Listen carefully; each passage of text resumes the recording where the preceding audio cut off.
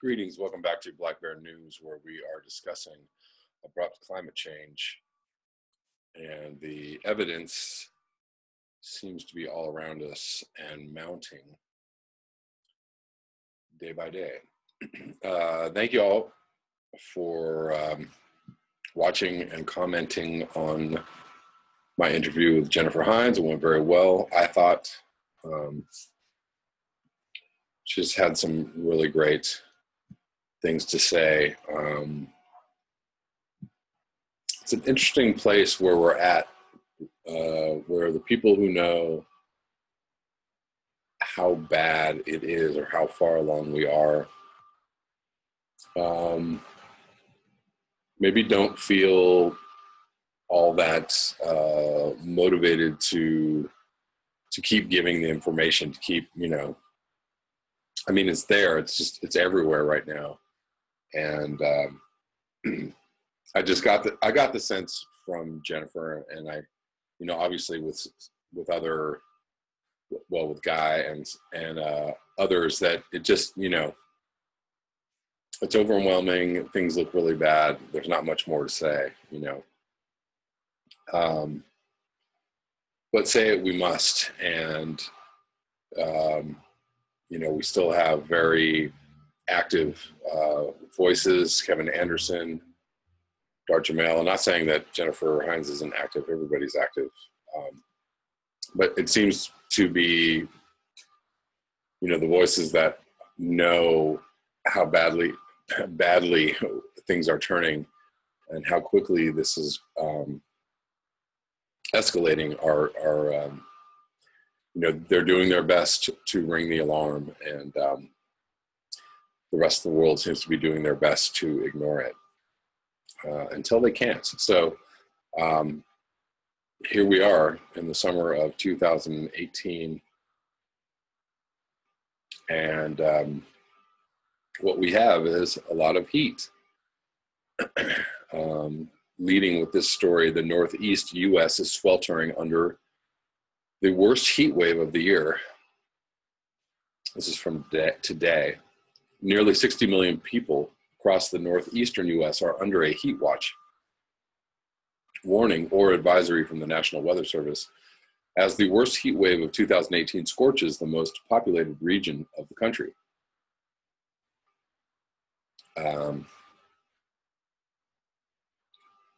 Nearly 100 million people will see temperatures climb above 95 degrees Fahrenheit this week, with the majority of those residing in the eastern third of the nation. Several high temperature records have been set since the heat wave began over the Rockies and Midwest late last week, with Denver tying its all-time record high of 105 Fahrenheit on Thursday. Excessive heat warnings are posted for much of New York and New Jersey, where high temperatures and humidity will combine to create a dangerous situation in which heat illnesses are likely. Heat illnesses are likely. Residents are warned to drink plenty of fluids, stay in an air-conditioned room, and stay out of the sun. Overnight low temperatures are expected to dip only into the upper 70s, which will not allow buildings and the people inside them much chance to cool off. This lack of overnight cooling has proven to be deadly in past heat waves, impacting urban areas. New York City reached 97 Fahrenheit on Sunday, its hottest day of the year so far, and tying a record for the day set in 2012. Monday and Tuesday will bring more of the same. While temperatures topping 90 degrees are not too uncommon for New York City, it is rare to see the heat last more than a couple of days. The city could top 90 for up to 7 consecutive days this week, something the National Weather Service in New York has said happens about once every 33 years.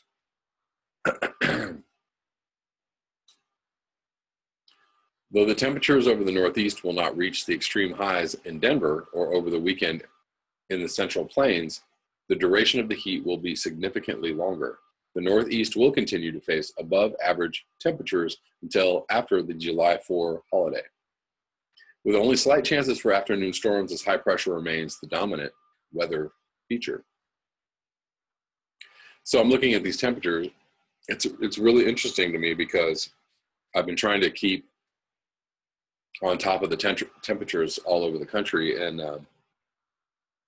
I have my iPhone, like the weather app, kind of like dialed into different parts of the country, and over and over again they lowball the temperature.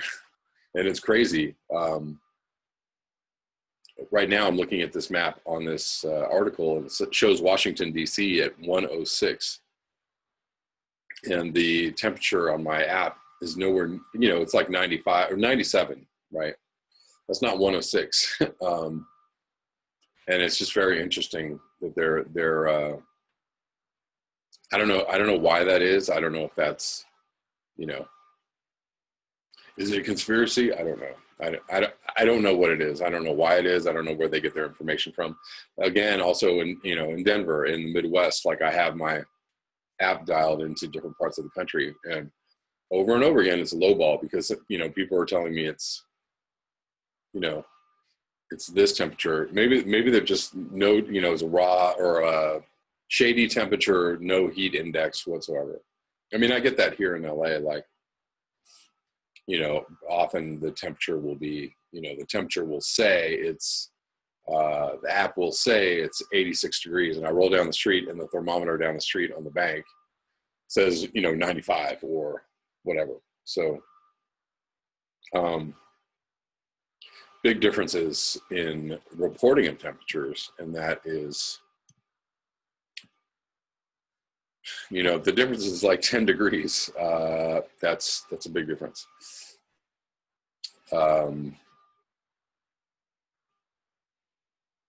And just to piggyback on that, Denver just tied its all-time temperature record. This is from Friday. Did I read this? Maybe I did. My apologies if I did, but yes. It's not even July, and an epic summer heat wave is just getting started in the lower 48.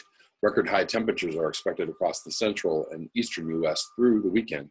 After a brief pause, forecast models suggest the heat dome will build even more next week. The most intense heat Thursday was reported in the high plains. Denver tied its all-time hottest temperature, which was most recently set June 26, 2012. By 11:31 a.m. Thursday, the Mile High City had already reached 100 degrees, which surpassed the record for the day. The previous record for June 28 was 99 degrees in 1986. It only took 3 more hours for Denver to climb to 105 degrees, which tied the city's all-time hottest temperature. Denver has reached 105 degrees 4 other times in its historical weather record that dates back to 1875. All right, that's all I'm going to read of this. I'm going to link both of these articles below and move on because there's just more news in this vein. And this is regarding the Southwest and California, Southern California. Warning, this is from Friday. Massive deadly heat wave and monsoonal intrusion to nail Southern California at the end of next week. It is Friday, and we are only a week away from one of the strongest monsoonal and heat wave events this region has seen since July 2006. Yes, that is 115 you are seeing in the Inland Empire, and 106 in downtown LA, and 111 at Disneyland and Magic Mountain. What does it mean? Read on for details. As stated in my preliminary July forecast, we will see an opposite swing in both temps and monsoonal moisture than we had in May and June. Sulfur dioxide is leaving the area at a rapid rate due to the downward profile. We are Hawaiian volcanic activity. I think there was a lot of problems in that sentence due to technical glitches. Anyways, after July 4th, we will see a major increase in temperatures as one of the largest heat domes, ridge of high pressure, develops directly in the center of the country. We will be on the southwestern edge of this clockwise flowing ridge of high pressure. This, with major hurricanes to the south expected, will create inverted troughs through the southwestern United States, kicking off monsoon season with a bang, with showers and thunderstorms all the way through metro Southern California by end of this next week into next weekend. If you have plans to go to Disneyland, Knott's, Magic Mountain, or Universal Studios, change them. This type of heat in the basins is deadly. In addition to the heat, we will have unbearable humidity. So you have your warning from me. In fact, you've had it for well over a week or more now if you remain following me at Southern California Weather Force. The reason we are hotter in the IE, more so than Palm Springs, is the east-southeast flow right off the mountain, similar to an offshore wind or a Santa Ana pattern. However, this will be a humid and hot, even as shower T-storm activity develops and moves through the area, utilizing the energy in the atmosphere from those temps. Catalina Island will be at 90 degrees Fahrenheit with humidity, so this will feel a lot like Hawaiian weather there. So if you fancy a Hawaiian vacation, hit that island this next weekend. But take precautions. Hiking anywhere is not recommended. Yeah, so we're looking at basically where I'm at, we're looking at about 112.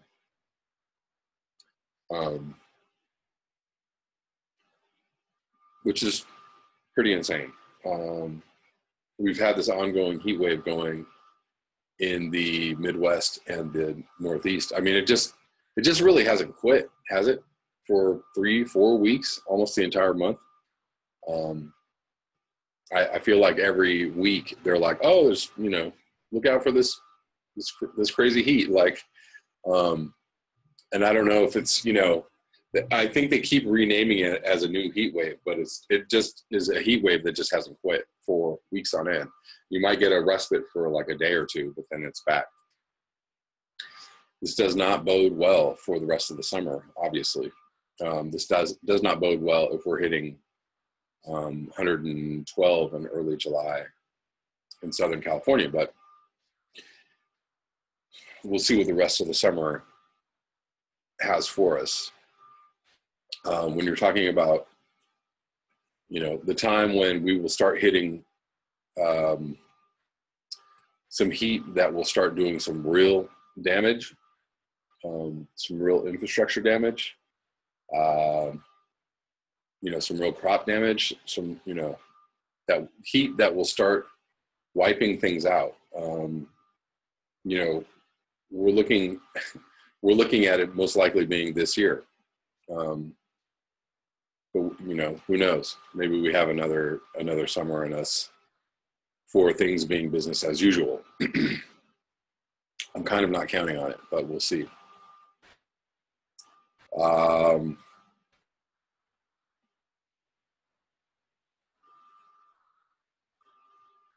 Moving on. This is from Darger Mountain. Truth out. Sea turtles offer dire warning of ocean's crisis. Sea turtles. Wallace Nichols, a marine biologist who's been studying sea turtles and plastic pollution in the oceans for nearly 25 years, is worried. It used to be that when we found a rare piece of plastic on a nesting beach or tangled around a turtle, we'd pick it up or remove it, and all would be right in the world again, he told Truth Out. But the problem steadily and steeply worsened to the point that now we can spend all day endeavoring to clean up the plastic in and on the same beaches, come back the next day and start all over again. Nearly all turtle necropsies produce internal plastics. Nichols, who is also a senior fellow at the Center for the Blue Economy and author of Blue Mind, says he used to try to estimate how many sea turtles were impacted by plastic pollution.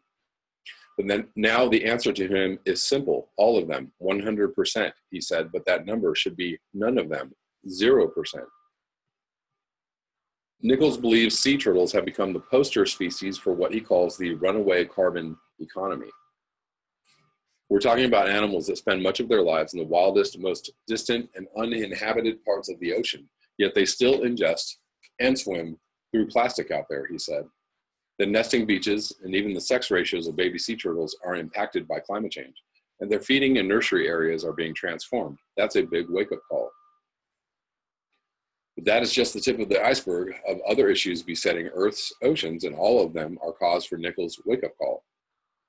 Nichols believes, as he put it, our mismanagement of the carbon economy during the past century has put the blue economy, one based on water and far more important to life on Earth, at risk. By blue economy, he is referencing a widely used term for the economic contribution of the oceans and coasts to the overall global economy. We cannot put a price. We cannot put a price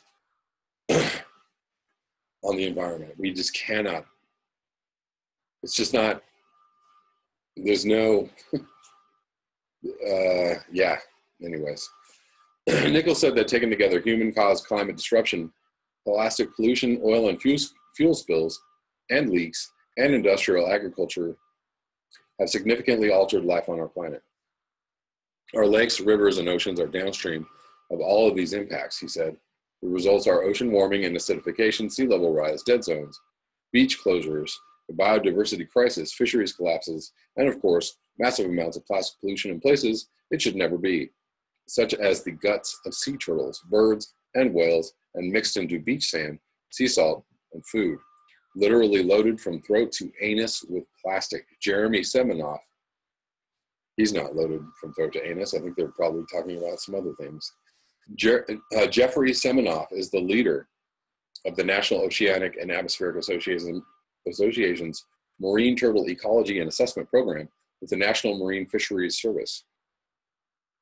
He agrees with Nichols that marine debris like plastics are a huge problem, but added that microplastics are equally bad, given that they suppress immune systems of the marine life that ingests them, as well as causing physiological distress to wildlife. Semenoff also points to ocean acidification as another of his biggest concerns, along with, of course, anthropogenic climate disruption's impact on the oceans.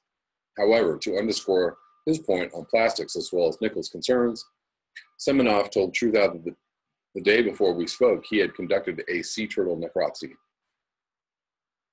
I'm training the Dutch deployment team that this August is going to work cleaning up the Great Pacific Garbage Patch, Semenoff said. One of the green sea turtles we just necropsied was literally loaded from throat to anus with plastic. I've never seen so much plastic in an animal before.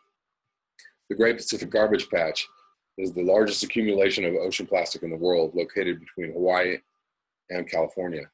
Recent estimates show that in the Great Pacific Garbage Patch alone, and there are at least 4 other massive oceanic garbage patches around the world, there are more than 1.8 trillion pieces of plastic weighing an estimated 88,000 tons. That is the equivalent of 500 jumbo jets, and includes a plastic count that is equivalent to 250 pieces of debris for every single human on Earth.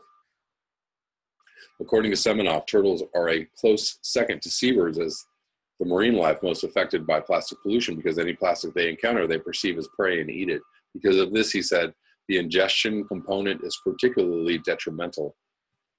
Semenoff explained that while sea turtles are incredibly resilient animals, this also means that when we see impacts on them from all of these issues, once they start to suffer, as resilient as they are, it is a clear indicator of poor health of our ocean ecosystems.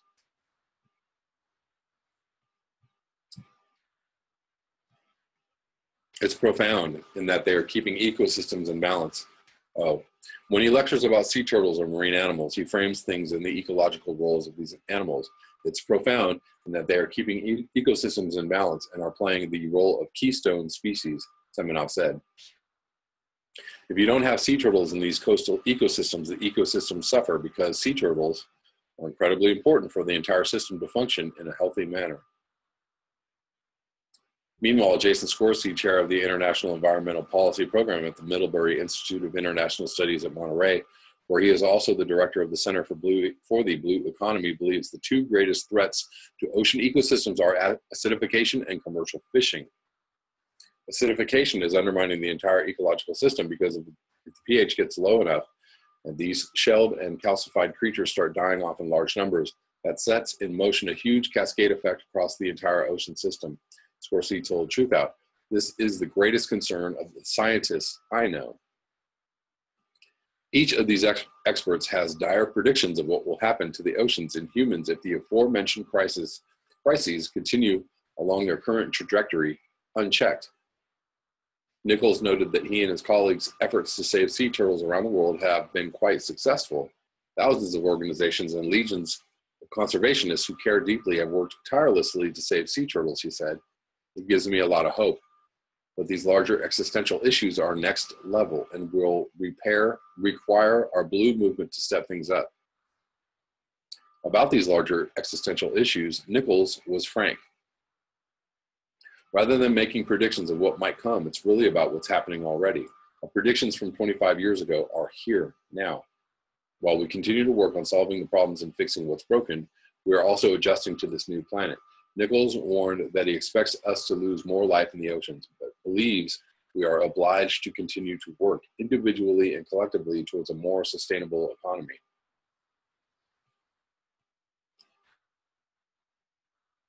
If sea turtles are having more and more females, populations are going to crash. They can't be sustained with only one sex, he said, so that removes an important coastal ecosystem role they play, and then they are no longer a keystone species, keeping other species in check, like sponges overrunning reefs in the Caribbean or seagrasses running out of control on the Pacific coast. Semenoff also cited the albatross. We lose them, the whole ecosystem function associated with nesting colonies crashes, he said. So one by one, those structures start to erode away. And these are just a couple of examples. Semenoff pointed out how when one crisis impacts a species and we lose that species, unforeseen consequences of this could come back to haunt us. Scorsese was even more blunt. It's the sixth mass extinction, and that is not debatable. It is simple math. It's not an opinion. Boom. That's all I'm going to read of that. I'm going to link this below and move on to something, maybe this is slightly cheery on, maybe on a 0.002% impact level.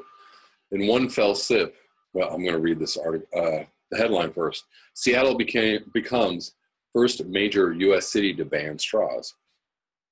This is from Sunday, yesterday, July 1st. In one fell sip, see what they did there?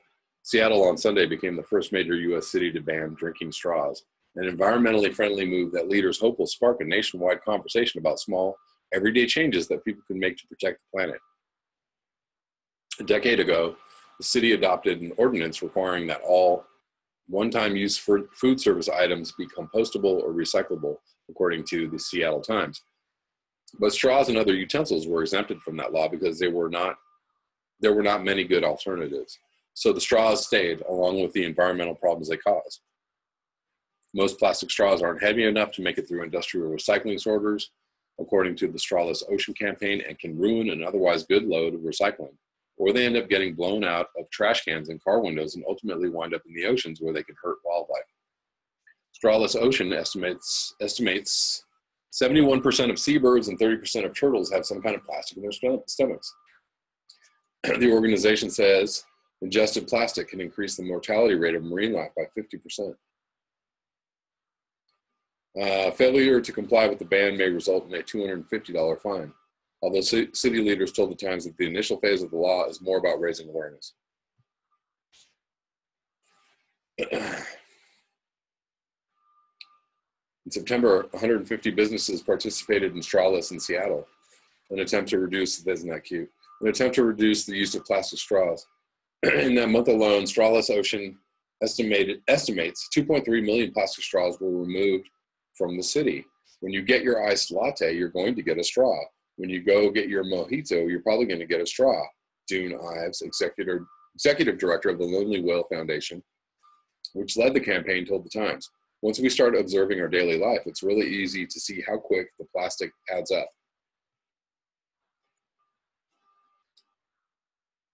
UN Goodwill Ambassador Adrian Grenier has lent his celebrity to the Stop Sucking campaign. Stop sucking. Don't use a straw, right? Consumers have also been putting pressure on companies to do away with plastic straws. There is, for example, a petition on change.org demanding that McDonald's switch to strawless lids. And even Seattle-based Starbucks is making an effort to change its straw-heavy business model. Are they now? I haven't seen that yet. I'm a frequenter of Starbucks, and I haven't seen any less straws in Starbucks. But I bring my own cup into Starbucks since they fill it up. That's about the only way I get any coffee out of Starbucks. Lastly, from Truth Out, meet the activists arrested for opposing the Mountain Valley Pipeline. This is from today. Michael Sanato. On April 11, high school English teacher Stephanie Stallings stood her ground with a group of protesters in opposition to the Mountain Valley Pipeline on the property of Mary Beth Coffee in Bent Mountain, Virginia. Bent Mountain.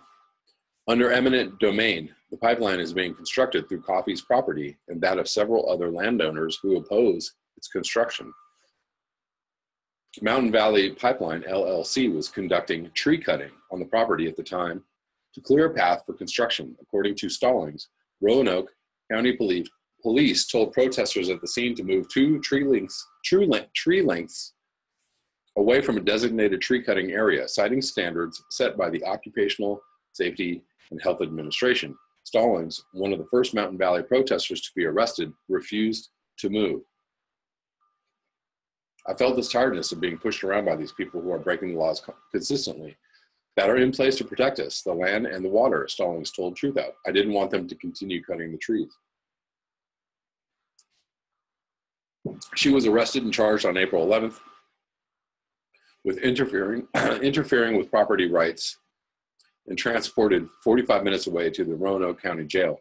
On June 6th, the county prosecutor asked for a continuance to gather evidence, which would further delay the trial. The request was denied by Roanoke County Judge Jacqueline Tallaby, and the charge against Stallings was dropped. Despite the judge's decision, Virginia Commonwealth prosecutor Randy Leach expressed his intent to continue pursuing the charge against her.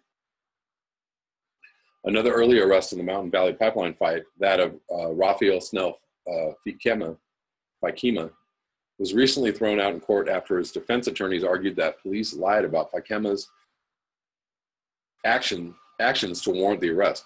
In March, Fikema was charged with interfering with the use of a road, trail, or gate, facing up to 6 months in jail and a $500 fine. Assistant U.S. Attorney Stephen Fleger, along with Fikema's defense attorney, filed a motion to dismiss the charges, but no explanation was provided as to why the case was dropped. Arrests of Mountain Valley Pipeline protesters have been a regular occurrence along the construction route of the pipeline since March 2018. Mountain Valley Pipeline LLC has cleared forest and begun construction of the $3.5 billion 303-mile pipeline from West Virginia to Southern Virginia, with a proposed 70-mile extension into North Carolina. The project is funded and operated by Mountain Valley Pipeline LLC and owned by EQT Midstream Partners, LP, NextEra U.S. Gas Assets, LLC, Con Edison Transmission, Inc., and WGL Midstream and RGC Midstream, LLC. The natural gas pipeline will transport up to 2 billion cubic feet of fracked natural gas from the Marcellus and Utica shale basins daily. According to EQT Midstream Partners spokesperson Natalie Cox. Cox could not comment on the arrest, referring Truthout to law enforcement agencies in an email. The Richmond Times-Dispatch reported on June 1 that Virginia's anti-terrorism unit, the Virginia Fusion Center, is being used to monitor opponents to the pipeline. The center is coordinating information with local law enforcement and EQT midstream partners about many of the activists involved in tree sits to try to halt or slow down tree cutting for the pipeline construction. According to Roanoke Times, at least 20 people have been arrested in opposing the pipeline, though none of the charges have yet to be successfully prosecuted. Public Information Officer for Roanoke County, Amy Whitaker, told Truthout in an email that 6 people have been charged within the county in regards to Mountain Valley Pipeline.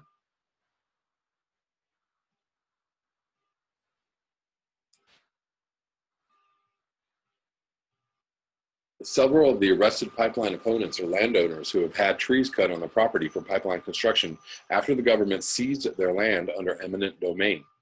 Mountain Valley Pipeline LLC sued to invoke eminent domain for the proposed pipeline, and a judge ruled in the company's favor earlier this year to proceed with construction on the private property of nearly 300 landowners. Because, yeah, that makes sense.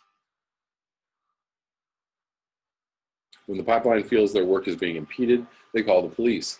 That's what happened when Mary Beth Coffey and I were arrested on May 25th, said 70-year-old Jenny Chapman, who has lived on Brent Mountain in Virginia for 43 years. We were, with full permission of our neighbors and friends, there to monitor the tree cutting because we weren't sure the trees were going to be cut in the right place. This property has a Native American burial mound on it, so we were observing and hoping they wouldn't cut into the burial mound. The police said we were too close to the workspace, so we were charged.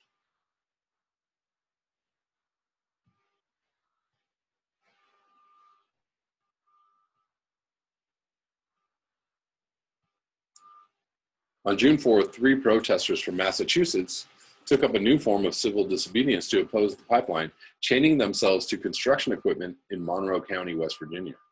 We've been struck by the sharp contrast between the region's plush natural beauty and the ongoing grotesque destruction it faces, the 3 protesters said in a statement. We saw a chance to shut down work at the bore site on Route 219 and took it. The Mountain Valley Pipeline continues to cut trees along the pipeline route, with the most recent Federal Energy Regulation Commission extension providing the company until July 31 to finish tree cutting in Jefferson National Forest. I didn't read every single word of that article. I just kind of skimmed my way through it, but I'm going to link it below if you want to read the entire article.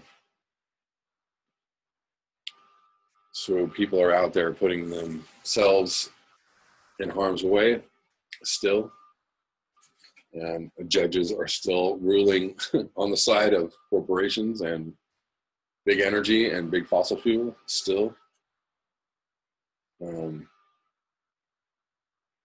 I don't see when this might turn around or change effectively anytime soon, but that doesn't mean that we all can't make our mark or try. And thankfully, we can get the word out about this happening, because obviously this is not being covered by mainstream news whatsoever, right? You're not going to see any TV spots about people sitting in trees opposing pipelines. Like, hell no. You barely see that on the internet, right? You have to read this in Truthout. That's the only place you're going to read about this, people like sitting in trees, right? This is the only place I've seen it. I haven't seen any articles about this anywhere else. Democracy Now? No. Real News? No. I mean, maybe they did a piece and I missed it. I don't know. I just don't, you don't see this, you don't hear about this. This isn't news. So it's just not happening in a lot of people's minds. So let's at least maybe post this article or post some video if you actually see any video of this going on, and let people know this is happening. That's all I have for today. Thank you so much for your eyes, ears, and your conscience. It's important that we tune into the biggest news story in the history of human beings, at least, the demise of our environment, causing the 6th mass extinction, most likely of humans and possibly any other life form on Earth in the near future. That's pretty big news, don't you think? Hope to be back tomorrow with another video. If you'd like to support this channel, you can do so at the links below. Until next time, peace.